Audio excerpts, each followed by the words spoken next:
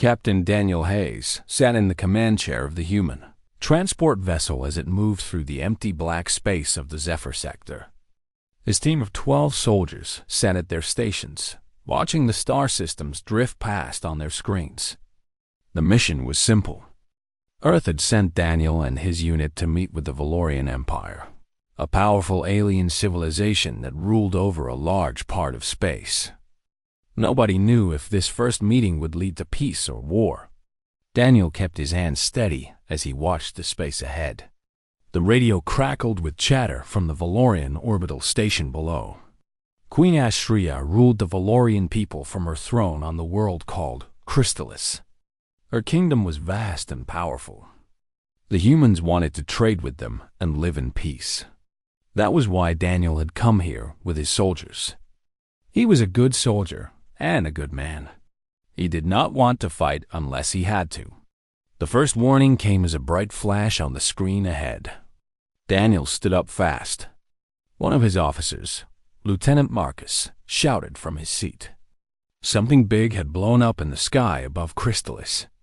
Daniel could see the explosion on the visual screen now. A massive ship was breaking apart, burning with fire and light. The ship was falling toward the planet below, leaving a trail of smoke and flame across the sky.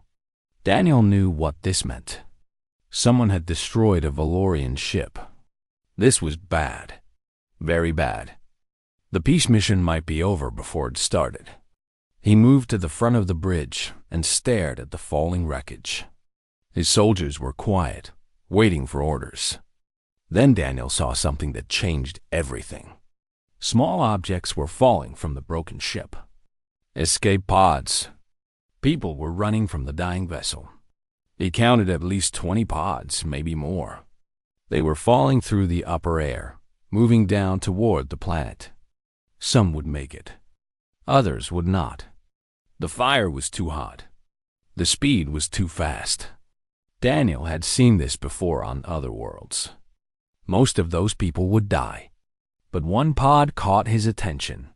It was smaller than the others, and it was falling differently.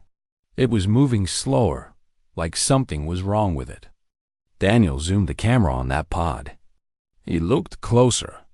There was something inside. A shape, something living.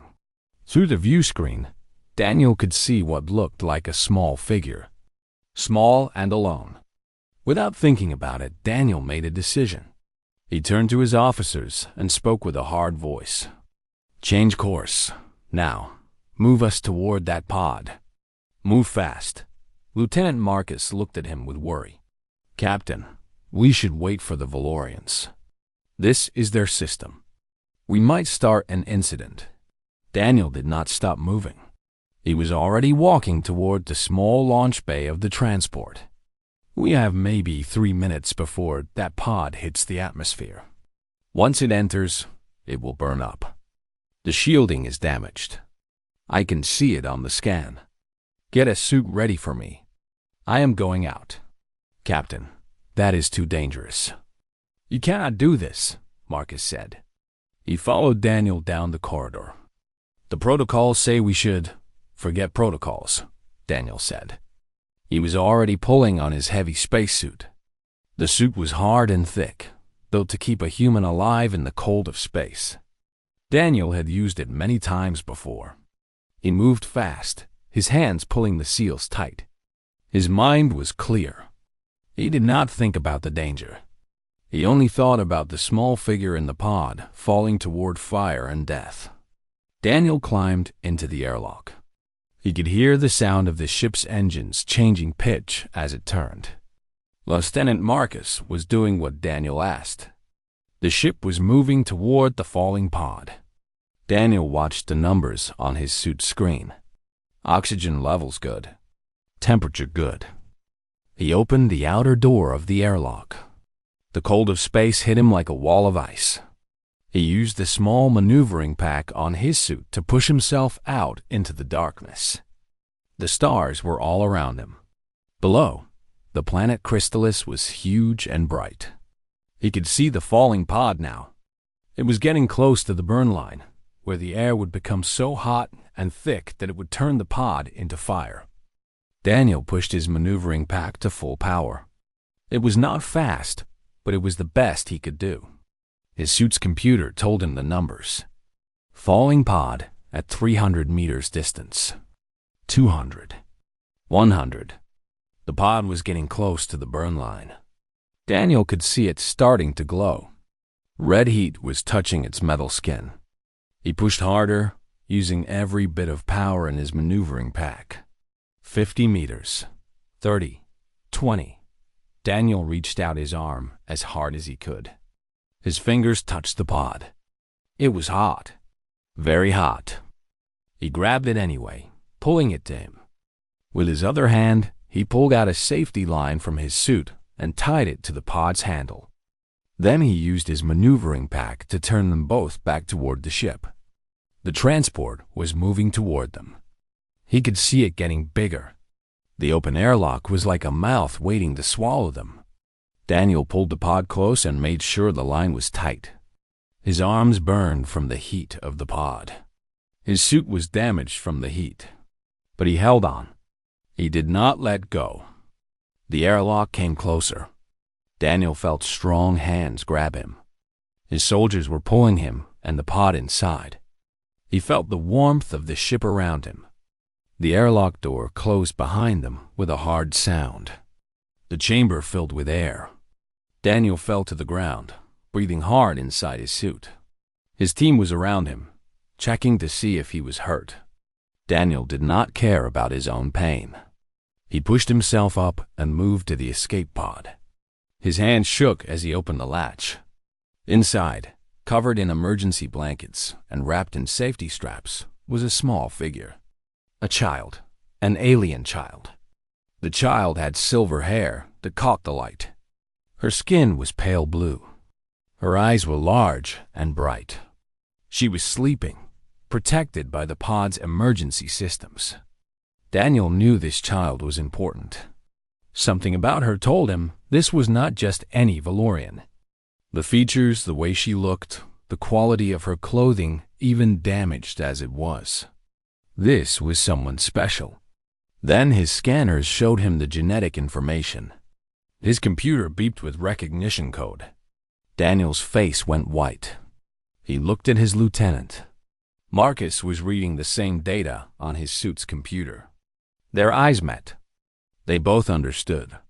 The small girl inside the pod was Princess Luris, the only child of Queen Astrea, the child of the most powerful being in this part of space. Daniel looked down at the sleeping princess. He had just done something that would change everything. He did not know it yet. He could not see the future. But in this moment, holding his breath and looking at the small alien girl, Daniel knew his life was different now. Nothing would ever be the same again. Outside the ship, in the space above Crystallis, a massive shadow was moving. A Valorian battlecruiser had seen the rescue on its sensors. The ship was moving fast toward the human transport. Its weapon systems were coming alive. The next few minutes would decide if this moment was the start of peace or the start of war. The Valorian battlecruiser did not open fire. Instead, it sent a message. The voice that came through Daniel's radio was calm and controlled. But underneath, it was something else. Power. Authority. The voice belonged to a Valorian, commander named Kess. He told Daniel to hold his position and prepare for escort. A fleet of Valorian ships was moving toward the human transport from multiple directions. Daniel told his team to stand down. There was no point in fighting. They were outnumbered 10-1. If the Valorians wanted to destroy them, they could do it in seconds. So Daniel waited. He watched the Valorian ships take position around the transport, forming a wall of military power. They did not attack. They formed a protective barrier instead. For the first time since the rescue, Daniel could breathe. He moved to the small medical bay where his doctor, a woman named Catherine, was checking on the princess. The girl was still asleep. She had been in that pod for a long time, and her body needed rest. Catherine looked up at Daniel with surprise on her face. "She is fine, Captain," Catherine said. "Strong. Healthy. Whoever built that pod knew what they were doing. This child lived because someone made sure she would survive." Daniel nodded. He thought about the Queen. A mother who had made sure her child could survive, even if everything else failed. That was love that could cross the space between worlds. The transport began to move downward, toward the surface of Chrysalis. The Valorian ship stayed close, protecting the human vessel as it entered the upper atmosphere. Daniel stood on the bridge and watched the planet grow larger. Chrysalis was beautiful. The surface was covered in tall crystal formations that caught and reflected the light from the star. The cities were built into and around these crystals, making them look like places from a dream. The landing zone was not a normal place. It was the royal platform, the place where the Queen herself walked. Daniel had never expected to land here. This was the heart of Valorian power. His transport came down with a gentle touch, guided by Valorian traffic control. When the landing struts touched the ground, Daniel felt the weight of what was about to happen. The rear door of the transport opened. Fresh air from an alien world entered the ship. Daniel took a breath. He could smell something like flowers and metal. His soldiers stood straight in their dress uniforms. Daniel held the still sleeping Princess Lyris in his arms. Catherine walked beside him, ready to help if the child needed care. What Daniel saw outside made him stop moving. Hundreds of Valorians stood on the landing platform. Soldiers in armor, nobles in decorated clothing. And standing at the center of them all was a figure so tall and impressive that Daniel could not look away. Queen Astrea was nearly 3 meters tall. Her skin was the color of starlight, pale and bright. Her hair was like silver water that flowed down her back. Her eyes were large and dark, and they held the power of a ruler who had made decisions that affected millions of beings. She wore a robe made of something that looked like crystallized light. When she moved, the robe moved with her like it was alive. The Queen looked at the human captain. She looked at the child in his arms. For a moment, nothing moved. No sound came from the hundreds of Valorians standing on the platform. Then the Queen's eyes changed. Something broke inside her. Her face showed pure feeling, something raw and true. Tears began to fall from her eyes. Daniel had never seen a Valorian cry before. He did not know they could. But Queen Astrea was crying now. Not from sadness, from joy, from relief, from a mother's gratitude that her child was alive. The Queen moved toward Daniel. She walked with purpose, her steps fast and sure. Her guards did not stop her. The nobles stepped back to let her pass. She came to Daniel and looked down at him. Then she placed her hands on his shoulders. It was a gesture that meant something important in Valorian culture. Daniel could feel the weight of her hands. She was strong enough to hurt him, but her touch was gentle. "You saved my child," the Queen said. Her voice was deep and filled with power. "You risked your life for someone you did not know. Someone from a different world, a different kind of being. You did this without being asked, without expecting a reward." Daniel did not know what to say. He held the princess carefully. The girl was starting to wake up. Her eyes were opening. She looked up at her mother, and the Queen made a sound of joy that echoed across the platform. The Queen took her daughter from Daniel's arms. She held the princess close to her chest. She closed her eyes and held the child like she would never let go.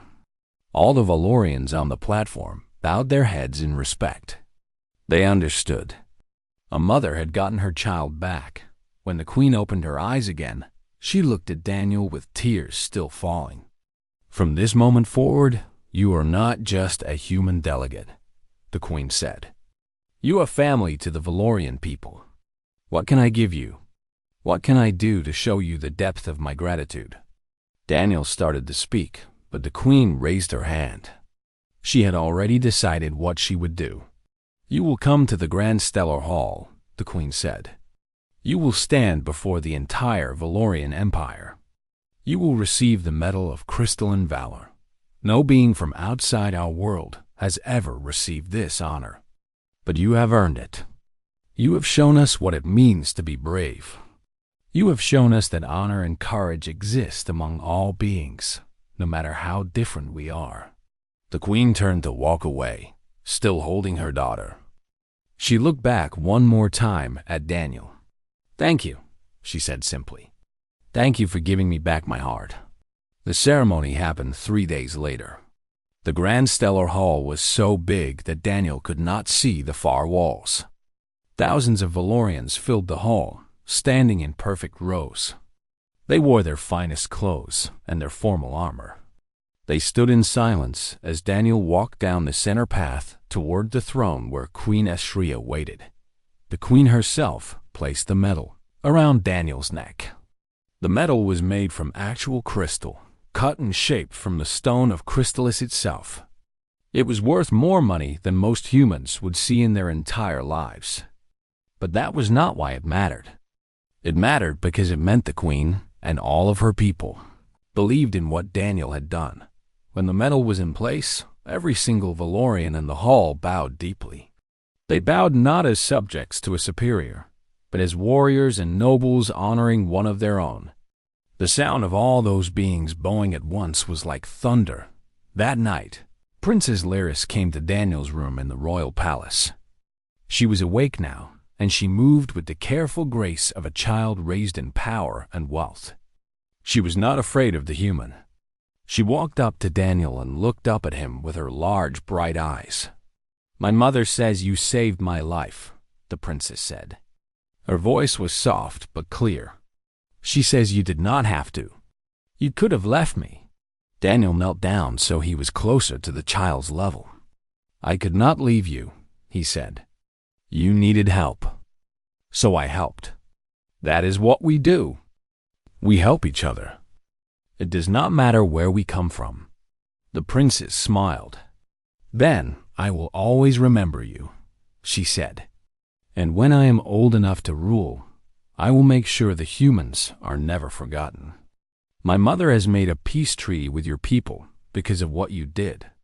You changed the future." Daniel realized that the child was right. He had done something that would echo through time and space. A single act of kindness and courage had changed the course of history. News of Daniel's rescue spread across the galaxy like a fire burning through dry wood. The story was simple and powerful. A human soldier had saved the child of an alien queen. He had risked everything and asked for nothing in return. Every news network reported it. Every planet heard about it. Daniel became famous overnight. On Earth, people celebrated him. Governments wanted to meet him. Citizens wore his face on their shirts and carried his image on screens. Leaders called him a hero and a symbol of human courage. Universities wanted him to speak to their students. Military officers wanted to study his tactics and his decisions. Daniel did not feel like a hero. He only felt like a man who had done what was right. But he understood that his actions had meaning beyond himself. Not everyone on Earth was happy about this, though. Some people were afraid. They worried that humans should not get so close to aliens. They thought that getting involved with the Valorians might hurt Earth in the long run. Some military leaders were upset that Daniel had made decisions without following proper channels. They said he had risked the entire human mission by acting on his own. There were meetings and arguments about what Daniel had done. But in the end, the people who supported him were louder than those who opposed him. The Valorian Empire was different. Queen Astria had made her decision about the humans, and that decision was final. She had signed a peace treaty with Earth. She had given human traders access to Valorian ports and markets. She had opened Valorian knowledge to human scientists.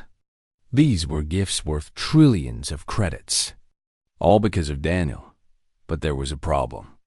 Not everyone in the galaxy was happy about this new friendship between humans and Valorians.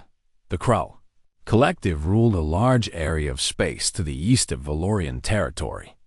The Krell were fierce warriors and traders. They had dominated this part of space for thousands of years. They believed that the Valorians should answer to them, or at least respect their power. When news came that the Valorians had made peace with humans, the Krell leaders became angry. The Krell sent messages to Queen Astrea. The messages were not kind. They said that the Valorians were making a mistake. They said that humans were weak and could not be trusted. They said that if the Valorians continued to work with humans, there would be a price to pay. The messages were clear warnings. War was coming. Queen Astrea called Daniel to a private meeting. She sat on her throne, and Daniel stood before her. The queen's face was serious and hard. She had the look of a ruler who was about to give orders that would change lives. "The Krell have made their position clear," the queen said. "They see our peace with humanity as a threat to their power. They are mobilizing their military forces. Our intelligence shows they are preparing for an attack. They believe they can defeat us because they underestimate the strength of our alliance with your people." Daniel nodded. He had expected this. Powerful beings did not like changes to the order they controlled. "I have a request for you," the queen continued. "I need a human and a Valorian to work together to prepare for what is coming. I need someone who understands both our peoples. Someone who can make us work as one. I am asking you to lead our combined military forces, Captain Daniel Hayes. I am asking you to be the bridge between our worlds when battle comes." Daniel did not hesitate. "I will do this," he said. "I will not let them hurt your people." The queen stood up. She walked down from her throne and placed her hand on Daniel's shoulder. "Then let us prepare for war," she said. Daniel moved to a military command center that was built beneath the crystal cities of Crystalis. The center was huge and complex. Thousands of Valorian officers worked there, managing ships and soldiers across a vast territory. Daniel had to learn how they thought. He had to understand their tactics and their culture. It was not easy. Many Valorians were skeptical of taking orders from a human. But they obeyed because the queen had commanded it. Daniel brought in human, military advisors from the ships that had come with him. These advisors were skilled in strategy and tactics. They brought new ideas to the Valorian command structure. Some Valorian commanders resisted these ideas, but Daniel insisted. He said that the strength of their alliance would come from combining human and Valorian methods. Daniel spent time with Princess Lyris during this period. The young girl would visit his command quarters in the evenings. She would sit in a chair and watch him work on maps and strategy plans. Sometimes she would ask questions about human thinking. Sometimes she would share what she had learned about Valorian philosophy and beliefs. "Are you afraid?" the princess asked one evening. She was looking at the maps of the Krell territory spread out on Daniel's table. Daniel considered the question carefully. "Yes," he said. "I am afraid. But fear is not weakness. Fear is a signal that something important is at stake. When I am afraid, I work harder. I think more carefully. I make better decisions." The princess nodded like she understood. "My mother says that you are unlike any human she expected to meet," the princess said. "She thought humans were a lesser species. But you have shown her that humans have gifts the Valorians do not. You think differently. You move faster. You take risks that we would not take. And Valorians have gifts too," Daniel said. "You have discipline and knowledge. You have patience and power. When we work together, we are stronger than either of us could be alone." The princess smiled. It was the smile of a young being who was beginning to understand the world. Days turned into weeks. Daniel and his team of human advisors created a new kind of military strategy. It was not purely Valorian and not purely human. It was something new. It used speed and adaptability. It used innovative thinking and bold action. It combined this with Valorian strength and discipline and knowledge. Daniel trained Valorian soldiers to think like humans. He taught them to improvise and to take risks when it was necessary. His human soldiers trained to fight like Valorians, to use formation tactics, and to coordinate with precision. Slowly, a unified force began to take shape. Queen Ashria presented Daniel with a special gift. She gave him command of an elite unit of Valorian warriors. These warriors were the best fighters in the entire Valorian military. They had trained for decades. They had fought in dozens of conflicts. Their commander was a Valorian named Theron, who had served the Queen for 40 years. When the Queen told Theron that he would follow Daniel's orders, the Valorian commander showed no emotion. He simply bowed and said, "As the Queen commands, I will serve." But something in his eyes told Daniel that this was a test. Theron would follow Daniel's orders, but he would be watching. He would be evaluating. If Daniel proved himself weak, Theron would say so. Daniel did not try to be different around Theron. He simply gave orders and expected them to be followed. He treated Theron with respect as a fellow warrior. He listened to Theron's ideas and sometimes used them. Theron was a skilled commander, and Daniel was smart enough to learn from him. Over time, Theron's skepticism turned into something else: respect. The Valorian commander began to see that Daniel was a true warrior. Daniel understood tactics and strategy. He understood how to keep soldiers alive while achieving goals. He was not afraid to make hard decisions. One evening, after a training exercise, Theron approached Daniel on the training ground. The Valorian was covered in dust from the day's work. He looked at Daniel and spoke with a formal tone. "You are a worthy commander," Theron said. "I did not expect this when the Queen first gave you command over me and my warriors. But I was wrong to doubt. You have the heart of a true warrior. You will lead us to victory, or you will die trying. Both are honorable outcomes." Daniel extended his hand. Theron took it. In that gesture, the bond between human and Valorian solidified into something real and unbreakable. The time for waiting was ending. Intelligence reports showed that the Krull forces were almost ready. They were gathering their ships and soldiers at a staging point near the border between their space and Valorian space. Within days, they would attack. Daniel stood in the command center and looked at the map showing Krull positions. He looked at the forces under his command: Valorian ships and soldiers, human fighters and advisors, all waiting for his orders, all ready to fight. Daniel knew that the next battle would determine more than just territory. It would determine whether humans and Valorians could truly fight as one. It would determine whether the alliance that had been born from a single act of kindness could survive the test of war. The Krull attack came in the early morning hours. Daniel was in the command center when the alarms began to sound. The screens showed enemy ships crossing the border into Valorian space. The ships were large and well-armed. There were hundreds of them. The Krull were not coming to talk. They were coming to destroy. Daniel did not panic. He had prepared for this moment. He had gamed out the scenarios 1,000 times. He had trained his forces until they could move together like a single organism. He stood up from his command chair and spoke with a clear, strong voice. "All units, this is command. Execute Defense Plan Alpha. I repeat, execute Defense Plan Alpha. Valorian ships move to intercept position. Human fighter squadrons, you are green light to launch. Move now." The response was immediate. Across dozens of ships and stations, officers and soldiers heard the command and began to move. The Valorian fleet began its movement toward the enemy forces. The human fighter pilots climbed into their ships and strapped themselves in. Ground crews moved with speed and precision, fueling ships and loading weapons. Daniel had made a choice that was unusual and bold.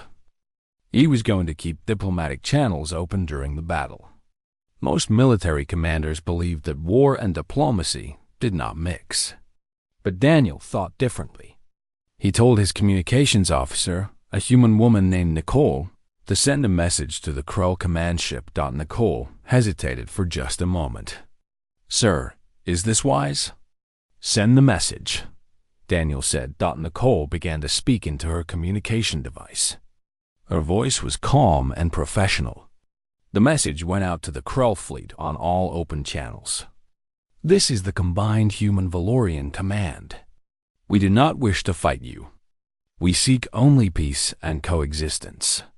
The humans and Valorians stand unified. We are prepared to defend our space and our people. But we offer you one final opportunity.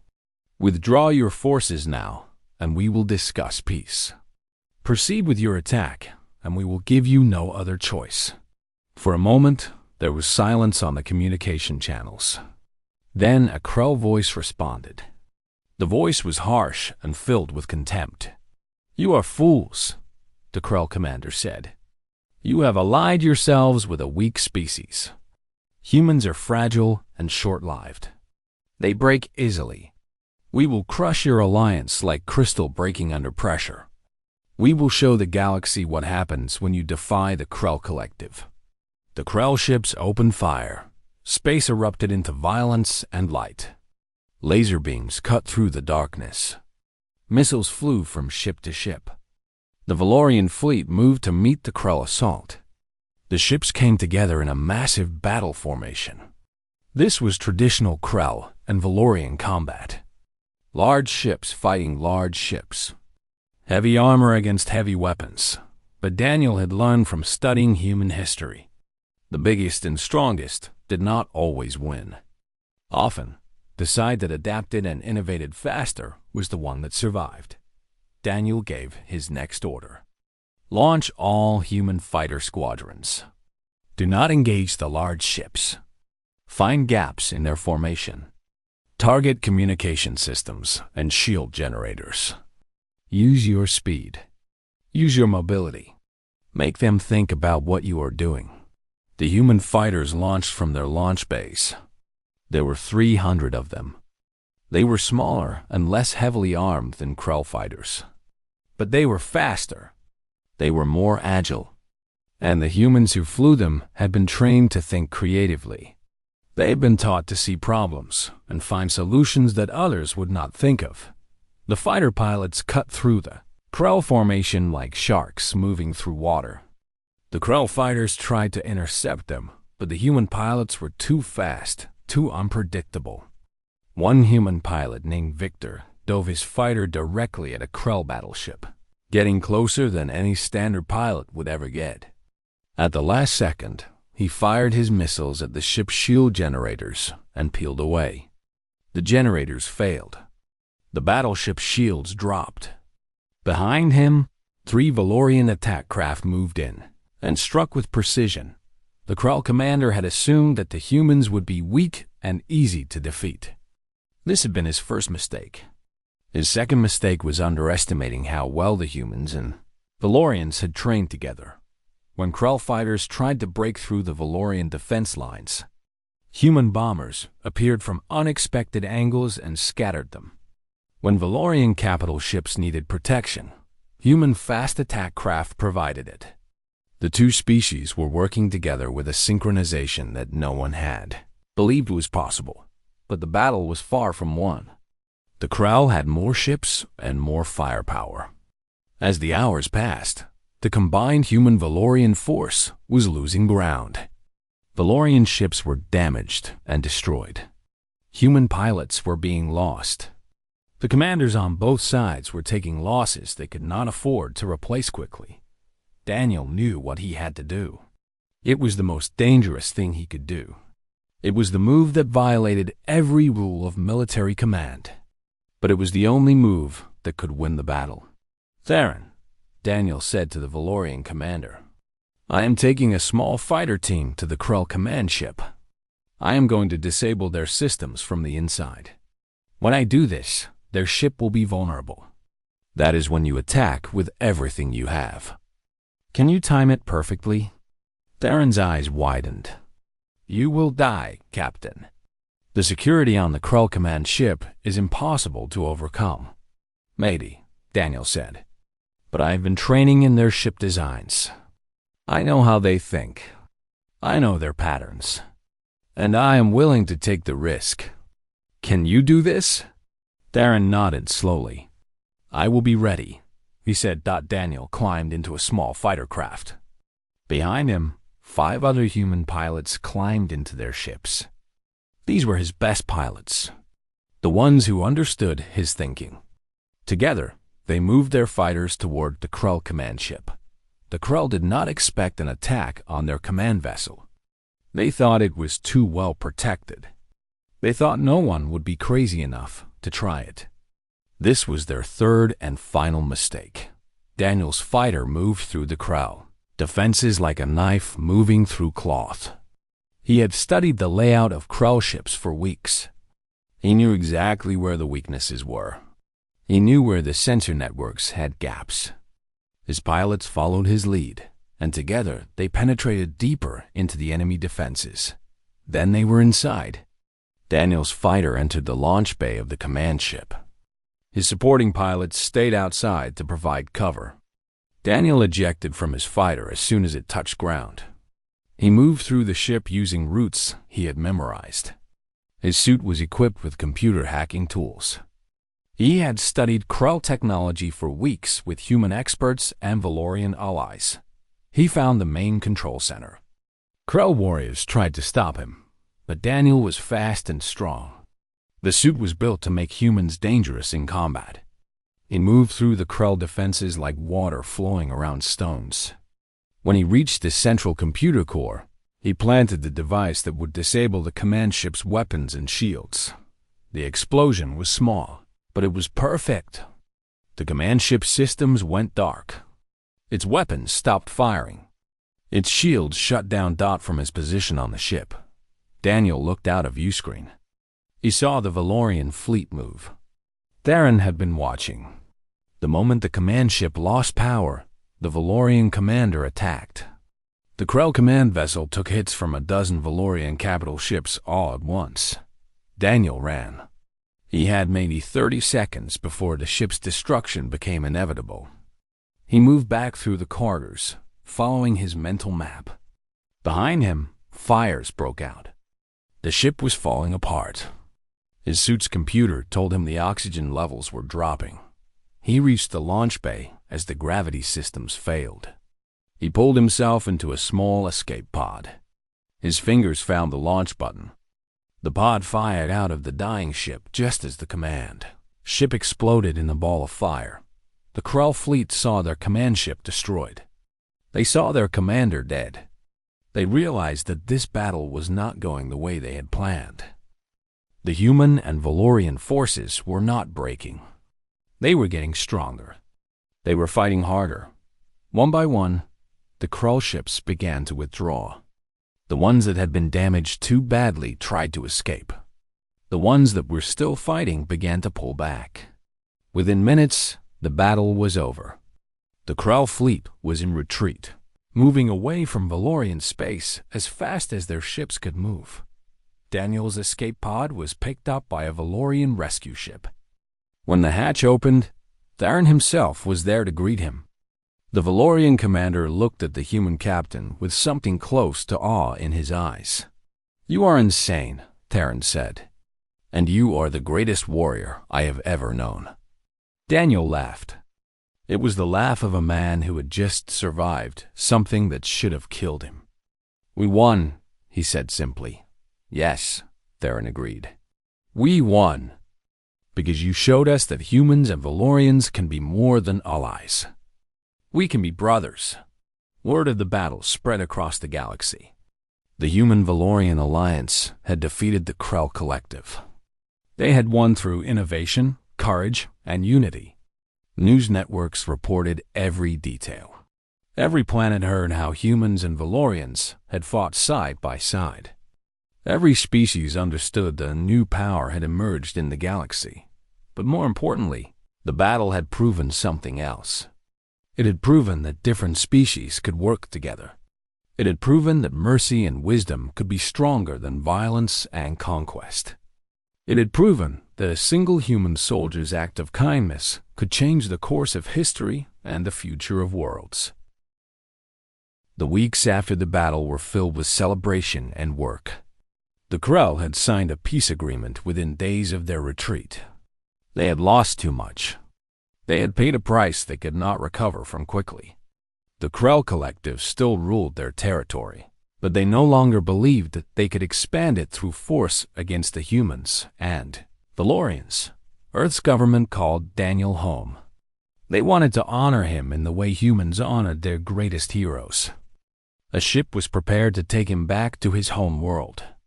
But before he left, Queen Astrea summoned him to the throne room one final time. The queen sat on her throne, with Princess Lyris standing beside her. The young girl had grown and changed since the rescue. She was still only a child, but she was beginning to show the qualities that would make her a great ruler someday. She looked at Daniel with the kind of respect that usually took decades to earn. The queen stood and descended from her throne. She came to Daniel and placed her hands on his shoulders, just as she had done on the landing platform after the rescue. But this time, something different was happening. "Captain Daniel Hayes," the queen said, "you have saved my child. You have defended my people. You have changed the destiny of our empire. Now I wish to offer you something that no human has ever received. I wish to make you a permanent member of the Valorian military structure. You will hold the rank of Grand Admiral. You will be the supreme commander of all joint human-Valorian military operations.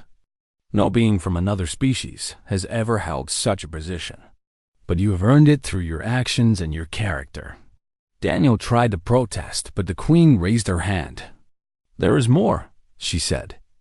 "I am establishing the Daniel Hayes Institute for Interspecies Understanding and Cooperation. This institute will be built on a station orbiting in neutral space between our worlds. It will be a place where humans and Valorians can study together. It will be a place where young beings from both species can learn to understand each other. It will be a place where the friendship that was born when you saved my daughter can grow and become stronger with each generation. I am asking you to be the first director of this institute." The ceremony to honor Daniel took place in the Grand Stellar Hall once again. But this time, the hall was even more crowded. Humans had come from Earth. Valorians from across the Empire had gathered. Even some Krell representatives were present, watching to understand what had changed the balance of power in the galaxy. Daniel stood alone in the center of the hall as the queen approached. She was carrying a new insignia. It was made of white metal and contained symbols from both human and Valorian cultures. The insignia showed a human and a Valorian standing together, with light shining around them. The queen placed the insignia on Daniel's chest. As she did this, the entire assembly stood and raised their hands in the Valorian gesture of supreme honor. Then, one by one, they began to bow. Not a small bow, a deep, full bow that showed complete respect and acknowledgement. When the ceremony was finished, Daniel moved through the crowd. Soldiers and nobles came to speak with him. Military officers wanted to discuss strategy and tactics. Diplomats wanted to discuss trade and cooperation. Scientists wanted to discuss technology and knowledge sharing. Everyone wanted a moment with the man who had changed the galaxy. But the moment Daniel valued most came from Princess Lyris. The young girl found him in a quieter section of the hall. She was dressed in formal clothing that showed her status as a royal heir. But her face still had the light of youth in it. "Captain Daniel," she said formally. Then she smiled and spoke more casually. "Or should I call you Grand Admiral now?" Daniel laughed. "You can call me whatever you like, Princess. You always will be." Lyris took his hand. "I wanted to thank you again," she said. "Not just for saving my life, but for everything that came after. My mother told me about what you did in the battle. You risked your life to save our people. That is the definition of a true hero." "I just did what needed to be done," Daniel said. "No," Lyris said, shaking her head. You did more than that. You showed me that the greatest strength comes not from weapons or power, but from caring about others. You cared about me enough to risk death. You cared about the Valorian people enough to lead them in battle. That is what I will remember. That is what I will try to become when I rule the Empire. Daniel knelt down to the princess's level. You will be a great queen, he said.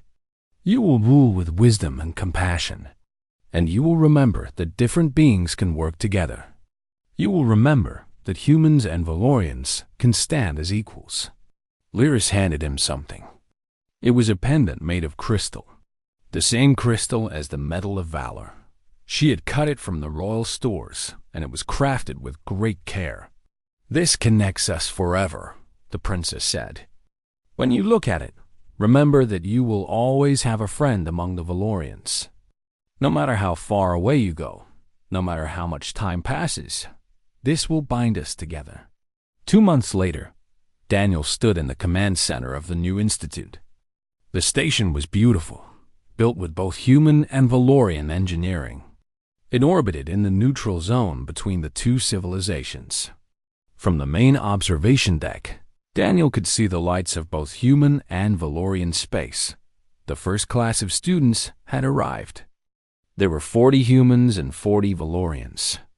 Young beings from both species who would spend the next 4 years learning about each other's cultures, science, philosophy, and way of life. Some of them were nervous about being around aliens. Some of them were excited. All of them were beginning a journey that would change their lives. Daniel had hired both human and Valorian teachers. He had created a curriculum that showed the best of both civilizations. He had built classrooms and research laboratories. He had created dormitories where students from both species could live together and learn from each other daily. On the first day of classes, Daniel stood before all the students in the main assembly hall. He looked out at the faces of humans and Valorians, young and old, excited and nervous. He thought about everything that had happened: the rescue, the honor, the battle, the victory. Welcome to the Daniel Hayes Institute, he said. You are here because you believe that beings from different worlds can understand each other. You are here because you believe that cooperation is stronger than conflict. You are here because you believe that the future can be better than the past. Daniel paused. He pulled out the crystal pendant that Princess Lyris had given him. This pendant was given to me by the princess of the Valorian Empire, he continued. It was given to me as a symbol that we can be friends across the vastness of space, that we can be family even though we are born on different worlds. This institute exists for the same reason. It exists to create connections. It exists to build friendships. It exists to show that the galaxy is a place where beings can grow together instead of tearing each other apart. The students listened in silence. Some of them would leave this institute and become teachers themselves. Some would become scientists or military officers. Some would become diplomats who would help build new alliances. All of them would carry the lesson that different beings could work together.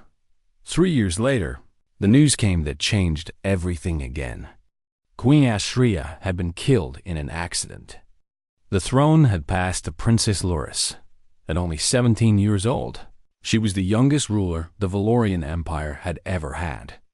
The doubters said she was too young. The critics said she could not handle the responsibility. But the new Queen Lyris remembered the lessons of her childhood. She remembered the human captain who had saved her life. She remembered the battle where humans and Valorians fought together. She remembered the institute that Daniel had built to bring her people together with humanity. One of Queen Lyris's first official acts was to strengthen the alliance with Earth even more. She created new trade agreements. She opened Valorian universities to human students. She made Daniel a permanent advisor to the throne, a position of great honor and responsibility. Daniel was standing in his office at the institute when he received a message from Queen Lyris. She wanted him to come to the royal palace on Chrysalis. She had something important to discuss. When Daniel arrived, he found the queen sitting on her throne. But she stood up when he entered, which was not protocol. Queens did not stand for their subjects. But Lyris considered Daniel much more than a subject. "Daniel," she said, using his first name in private audience, "I have been thinking about our future. The alliance between our peoples must be strong and permanent. I want to create something that will bind us together forever. I want to establish the Treaty of Chrysalis. It will be a formal declaration that humans and Valorians will always stand together. No force in the galaxy will be able to tear us apart." Daniel nodded. "That is a great goal, Your Majesty," he said. "There is more," Lyris said. "I want the treaty to be signed in front of the entire galaxy. I want leaders from every species to witness it. I want it to become a symbol of what is possible when different beings choose cooperation instead of conflict. And I want you to stand beside me as it is signed, not as a subordinate, but as an equal partner. That is where you belong." Daniel stood before Queen Lyris, no longer young, but still strong. He had started as a soldier. He had become a bridge between worlds. He had shown that one act of kindness